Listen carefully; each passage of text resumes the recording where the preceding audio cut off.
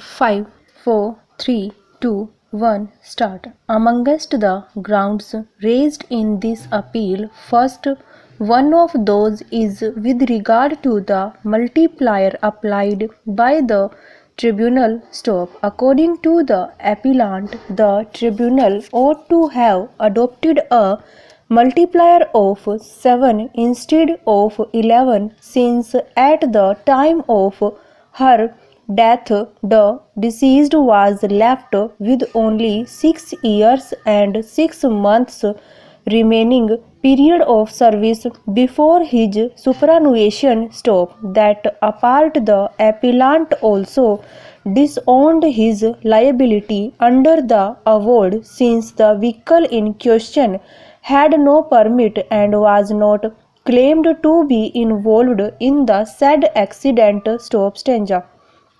The respondents claimants, though, did not file any cross objection or independent appeal challenging the award, but Mr. Roy argued that learned tribunal ought to have awarded enhanced rate under the heads of funeral expenses, loss of consortium, and to provide the sum under loss of estate by making further addition to amount under the head of future prospect as formulated by the Supreme Court in case of permanent employee whose case is to be treated also differently than a victim having no fixed regular income. Stop. Therefore submits that the award requires modification by way of enhancement of award as fair and just compensation as is required to be settled under section 168 of the Motor Vehicles Act. Stop. Mr. Roy, in support of his submissions, relied upon the following decisions. Stop. Stanza.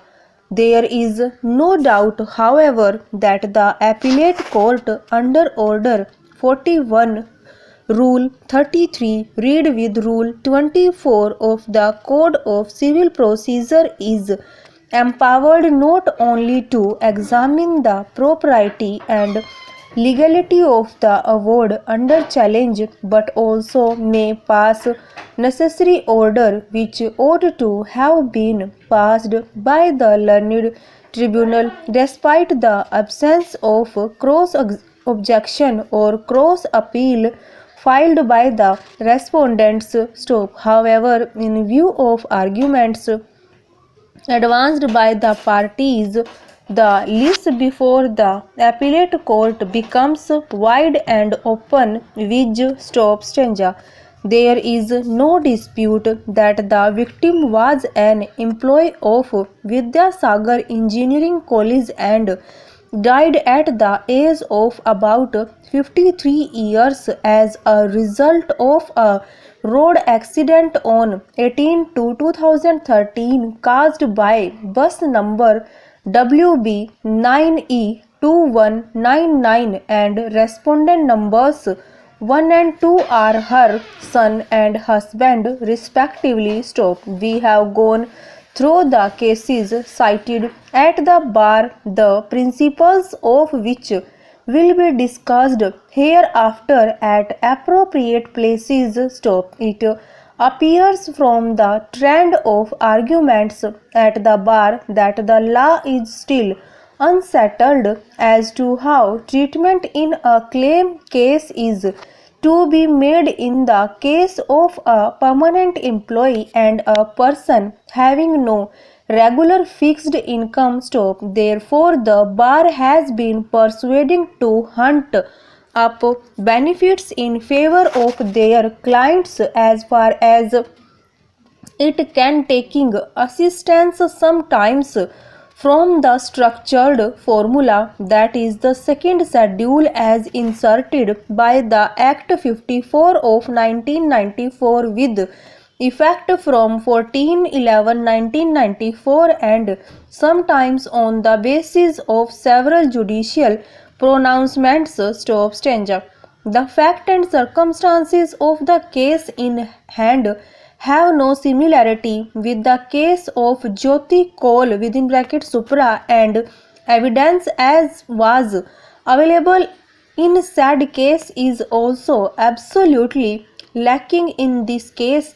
Amongst the rest decisions cited by Mr. Roy, the cases of Resma Kumari and others versus Madan Mohan and others (Supra) and Putamma and others versus K.L. Narayan Reddy (Supra) are of 3 judges bench of the Supreme Court, and those cases along with the remaining under serial numbers 3, 5 and 7 to 9 have accepted the principles enunciated in the case of Sarla Verma (Supra) and others versus Delhi Transport Corporation (Supra) as the foundation.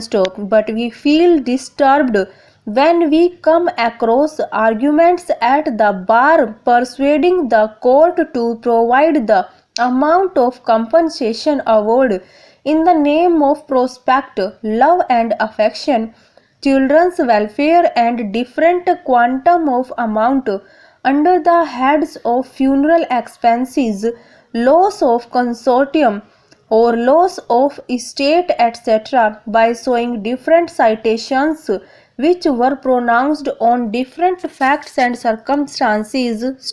Over.